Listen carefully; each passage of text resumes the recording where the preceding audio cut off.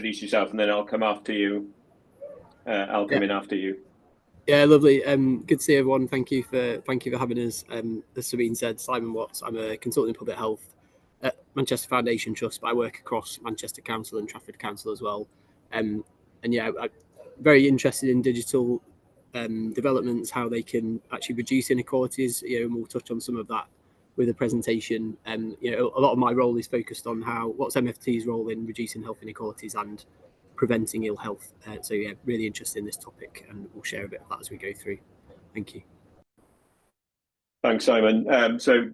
My name's Henry Morris. I'm a consultant at the Trust. I specialise from a clinical perspective in emergency medicine and intensive care, but more recently now I'm the Director of Clinical Informatics. So I head up our clinical informatics programme and work with our digital senior leadership team on sort of optimising our sort of digital products across the Trust and sort of wider group, and work closely with Simon in what we're going to be talking about today and the role of digital in that. So I'll move on and give you a little bit more background. And some of the audience I know will probably be aware of what MFT is, but as Sabine says, we're a major acute tertiary academic hospital sitting adjacent to the university in Manchester, and you can see from that infographic very much so some of our numbers around the Trust, and the sort of and clearly with that size and that influence, getting the health inequalities perspective, and particularly the digital, is important. And we've been on quite a significant digital journey recently, which I'll briefly touch on now. And so this is our sort of landscape of what we were dealing with pre-September 22, which was essentially a big mishmash of systems with a variety of digital maturity across sites. No one really with a fully functional EPR across the whole of the campus at MFT. And so leading up to September in 22, we went live with our EPIC solution as a unified health record, which brings all that together. So we're now on a unified system. The last group is our local care organisation to come across to EPIC, and that's starting to be developed now. And part of that journey, and some of the areas we're going to kind of focus on today, is the MyMFT element, and essentially this is EPIC's patient portal. It's also branded as MyChart. And what the key piece to really highlight around this element is that it's not really a bolt-on patient portal where some of the patient portals are, but it has deep integration into the Hive patient record, and extension of that EPR in the patient's hand, which really allows us to explore some of that functionality in full. And just to highlight some sort of core features around that, so this is every patient who has access can access these features and functions, and I won't go through them all, but there's some things you'd expect to see with a portal, and some which are probably slightly more advanced than other portals, and then on to the enhanced features where you can really allow the patient to kind of take control of their care, and we'll probably highlight some of those in a bit more detail and depth going forward. This is our demographic. Some of the data's slightly out of date now, but what we are up to, we're probably fast approaching about 500,000 patients using our patient portal.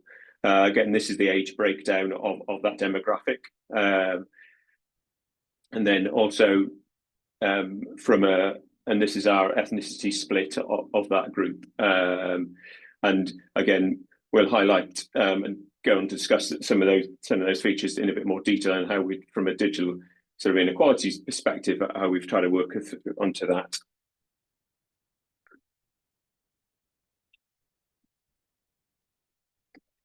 And so over to you, Simon. Thanks, Henry. So I'm just going to start talking a little bit about the connection between digital and health inequalities, but I think start with that in a kind of positive sense. So I think that definitely the way we see it is there are huge opportunities to use digital to reduce inequalities in access for residents in Manchester, and as long as you get the delivery and the implementation of the digital offers right, I think those benefits can be experienced. So I mean, a couple of the things that Henry just flashed up on the screen last few slides. So if you can get a video appointment with a doctor rather than having to go into a clinic, that might reduce your travel or your time barrier to access. If you've got kids to need looking after, or you're on a 0 hours contract job, it reduces the time of interaction for you. Equally, being able to make appointments electronically rather than having to, sit on hold and ring a number, for example. These sound like quite simple things, but they are genuine barriers to a lot of people in terms of accessing not just our services, but general healthcare services. So I think maybe start with that kind of framing in mind as, there's real opportunities here, but I suppose balanced with do it cautiously, thinking about groups that maybe aren't going to experience digital in the same ways. And I've kind of borrowed this slide from Cheshire and Merseyside, which I think is a really helpful way of kind of framing how you can kind of segment your audience from a digital perspective. So if you kind of start left to right, you've got kind of really digitally engaged, active people on the left, right through to digitally unable on the right. And I think it's a really helpful way of thinking about the population, because there are always going to be people on the far right, particularly for the next few generations. And my nan would be one. She had a mobile phone, she never used it, sat in a drawer, never had a laptop. The intervention for my nan would have to be quite different to someone who's on the far left. And actually, it's offering a viable alternative to a digital offer for my nan. As opposed to if you're in the middle of this kind of spectrum, it's trying to.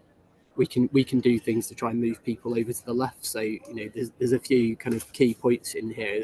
One about trust, so digitally doubtful, issues around trust in digital data sharing. How can we build that trust, and therefore people might be more comfortable with digital and able to access it. In the digitally interested, so that's people who are want to use digital, but maybe have got barriers to doing that, like digital poverty or actually the digital literacy levels that stop them doing so. So again, what can we do to try and help people move to the left? So I think that's just a helpful way of framing this kind of topic, really, an issue. But I think definitely it's quite easy to jump to the negative about this, but actually there's huge opportunities to reduce inequalities as well for people. You can move us on, Henry.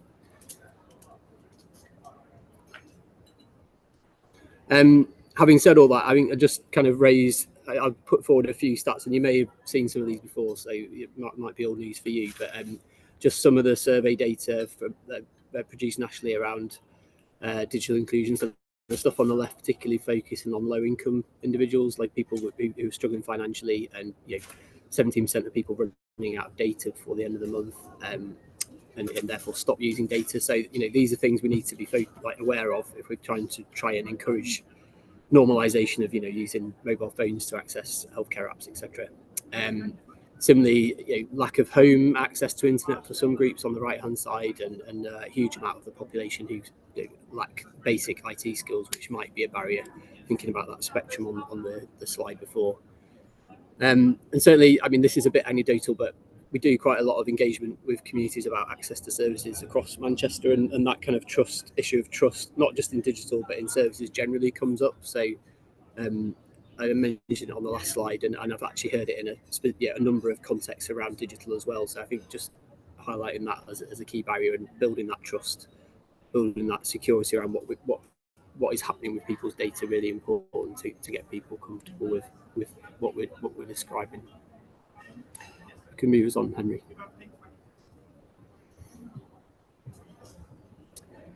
Just to kind of give this a bit of a local context, so this is a bit of mapping by the CDRC, the Consumer Data Research Centre, and the links at the bottom there if you want to go. Sorry, yeah, go on. Sorry, someone just stopped me there. This is a tool you can access. It's not just useful for digital inclusion data, but a whole range of like data about populations across the country, but just, I mean, highlighting so that the purple area in north and northeast of Manchester, some of the most lowest income areas in the kind of e-withdrawn category, so less likely to be using digital, and also I've included Trafford as well, and some pockets of that in Trafford. So just to kind of give you a flavour of, and have a look at this yourself, like where we are seeing like kind of geographical spread of digital exclusion. Good moves on, Henry. Just talk a little bit about some of the things that we're trying to do to I suppose, tackle this issue to help and support residents around digital. And I suppose talk about this in the context of this is a system approach, so it's not just MFT. Like some of the stuff on this slide, we are very much involved in driving. Some of it's we're a partner in, and it's being led by other bits of the system. No, I mean, I've included one example at the top in terms of our neighbourhood team. So MFT has got neighbourhood teams who do a lot of local engagement with communities. They do projects in communities to support with a whole range of health and wellbeing issues, and a number of neighbourhoods have focused on digital inclusion.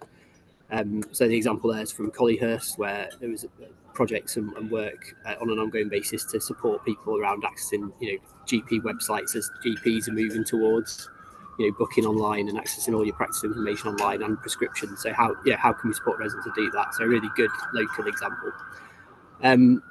Similarly, the Manchester Council, that's MCC, Manchester City Council, have set up a range of digital hubs. So the little diagram on the right there depicts that. But essentially what they're trying to do is put, I suppose, champions and volunteers who have been trained around how to support people with digital access into lots of different places in the system. So we've had conversations and supported some of those volunteers to understand MyMFT, the app that Henry was talking about a second ago. If you get a member of the public who comes in and says, what is this? How does it work? In theory, that volunteer will have had some awareness of that through that training. So there's a real network of people in the communities who can hopefully support people around understanding and accessing these tools.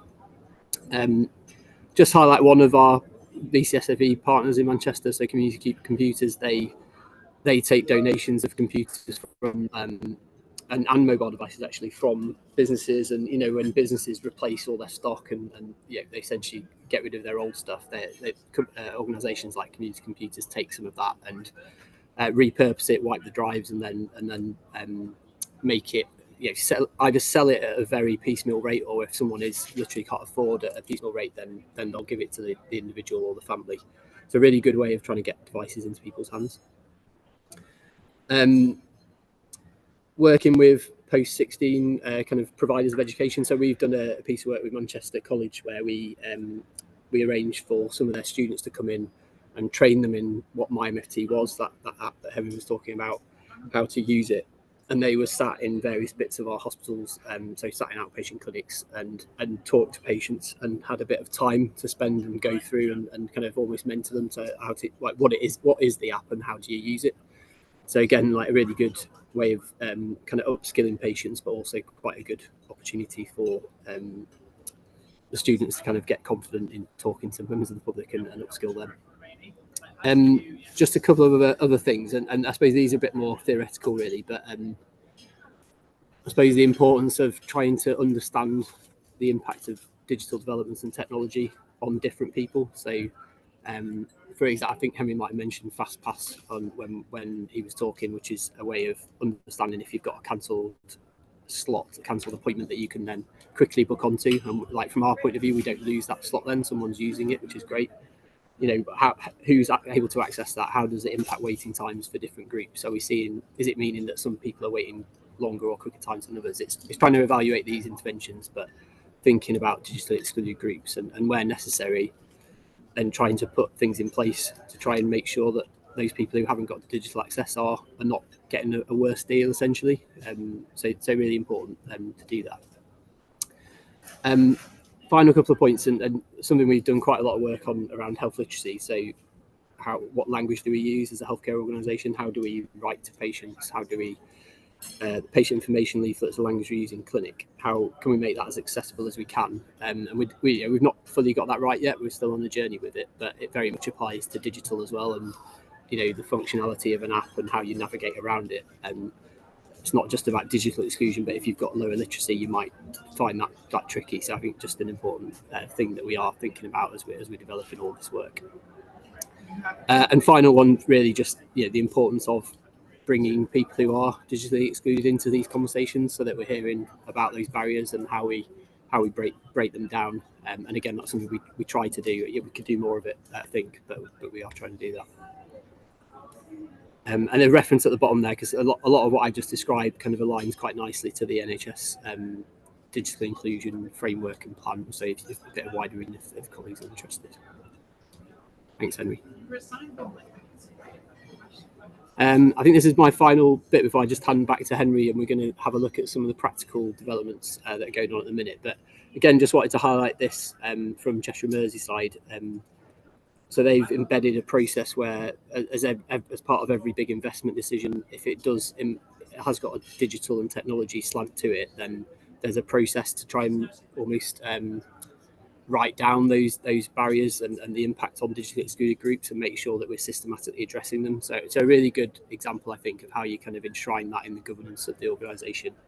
We're currently reviewing our quality impact assessment process, which does that. It is a way of understanding how decisions affect marginalised groups across our population, and definitely an opportunity for us to bring digital into that and digital inclusion into that as well. I think it's back to you, Henry, if I'm right.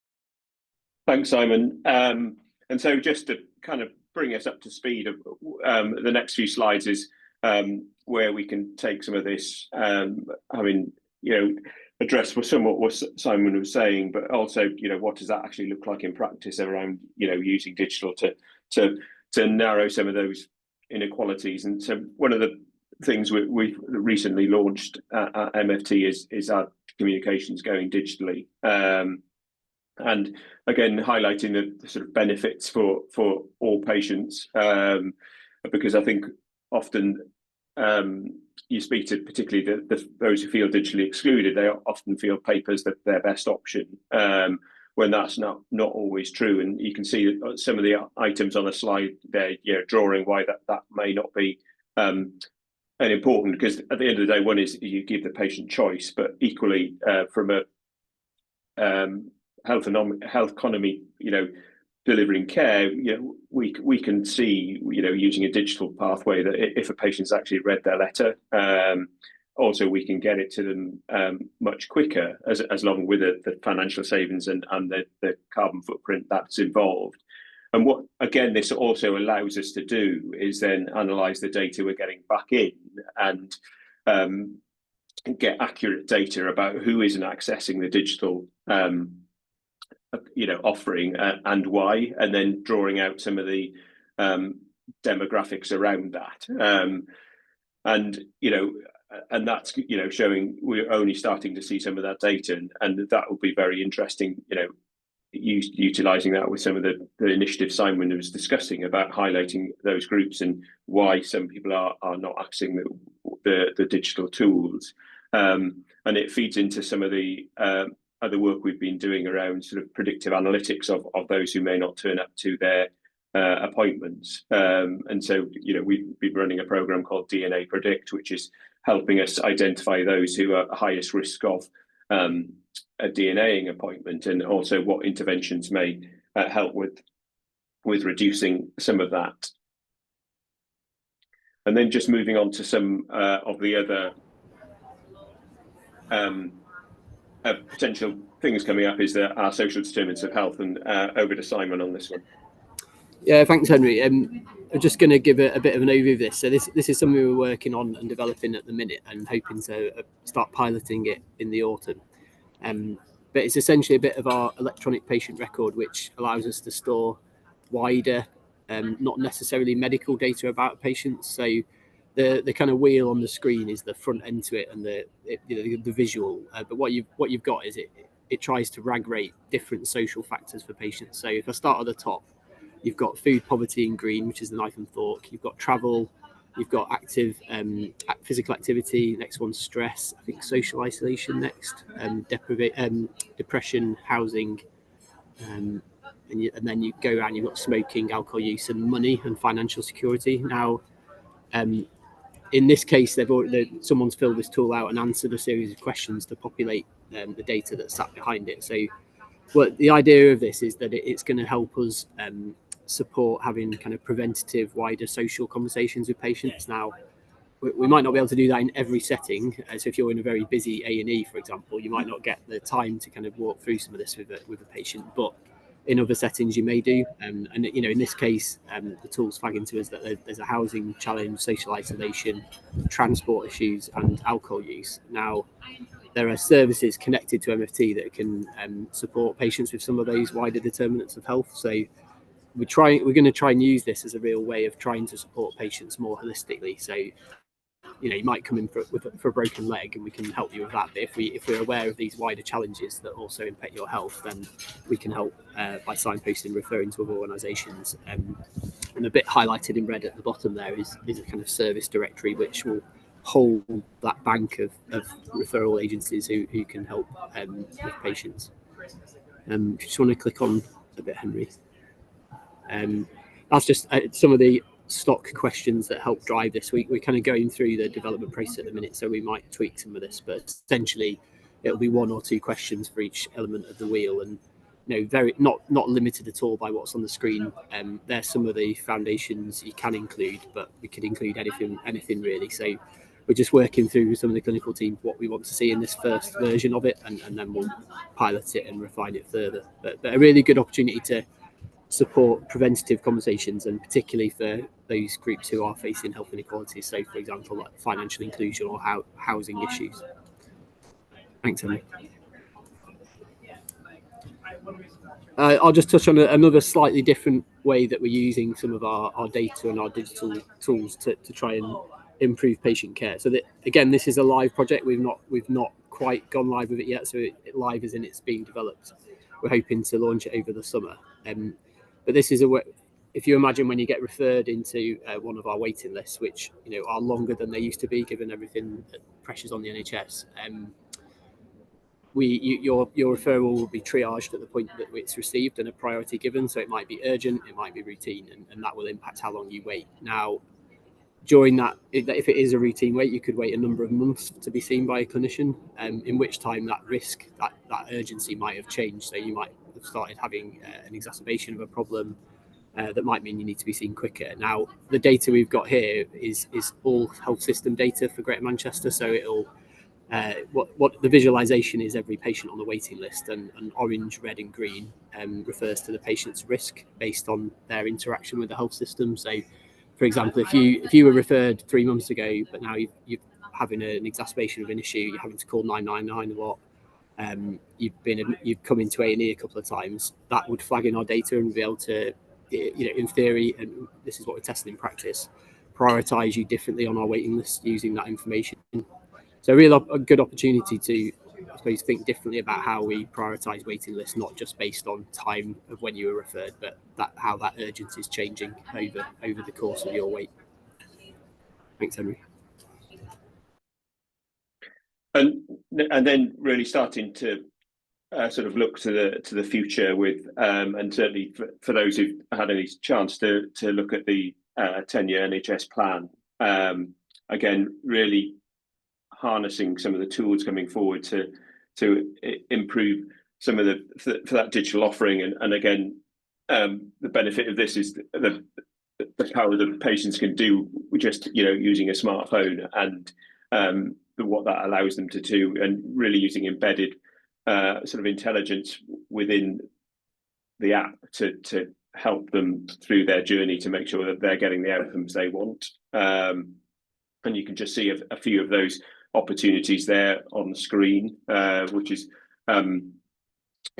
certainly some things we're working with.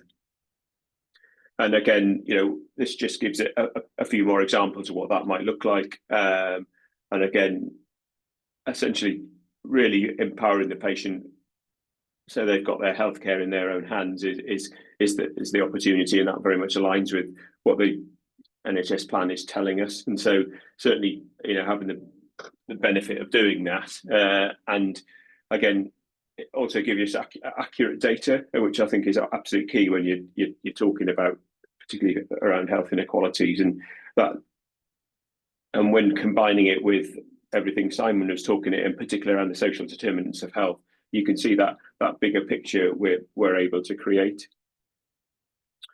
And again, this is looking to sort of almost minimise travel and enhance patients can get in their own houses, both through wearable technology, but also getting them engaged to see what's exactly happening and making it easier for them to control their care all in one place, and doing that seamlessly, so it's not too bad. But then also having the options of supporting people through this journey, using some of the initiatives Simon was talking to about making sure people aren't feel alienated or identifying where they might need support in running some of these programs, but certainly allows us to think about chronic disease management in a different way, so it's more inclusive at a patient level and not 3 buses to the hospital, etc. The shift of that leftward shift of